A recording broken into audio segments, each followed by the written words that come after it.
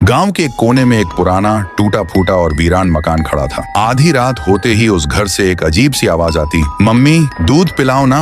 हर रात 12 बजे यही आवाज गूंजती। लोग कहते थे कि पूर्णिमा की रात उस आवाज का मालिक एक मासूम दिखने वाला बच्चा गांव गांव घूमता है। वह हर घर के दरवाजे पर खड़े होकर वही शब्द बोलता, मम्मी दूध पिलाओ ना। लेकिन उस आवाज में एक खौफनाक जाल छुपा था। अगर किसी औरत ने दरवाजा खोला तो वही बच्चा अचानक तलवार निकालता और उसकी गर्दन काट देता। पूरा गांव पिछले 1 साल से इस खौफनाक साए में जी रहा था। अब तक लगभग 10 औरतें उस बच्चे की बलि बन चुकी थीं। गांव वाले डर और निराशा में थे। आखिरकार उन्होंने तय किया कि अब मदद लेनी होगी। गांव के बुजुर्ग सबको लेकर रॉकी भाई के पास पहुंचे। रॉकी भाई एक खतरनाक गुंडा था। पैसों के लिए वह किसी की भी जान ले सकता था। बुजुर्ग ने सारी कहानी सुनाई। रॉकी भाई मुस्कुराकर बोला, कितनों को मार चुका है वो बच्चा। कांपती आवाज में बुजुर्ग ने कहा, कम से कम 10 औरतों की जान ले चुका है। पूरा गांव दहशत में जी रहा है। रॉकी भाई ने सिगरेट जलाते हुए कहा, ठीक है मैं उसे मार दूंगा, पर दाम लगेंगे 20 लाख रुपए। बुजुर्ग ने तुरंत कहा, 20 लाख नहीं 45 लाख देंगे, बस उस खौफ को हमारे गांव से खत्म कर दो। रॉकी भाई ठाका मारते हुए बोला, समझदार हो बुढ़े,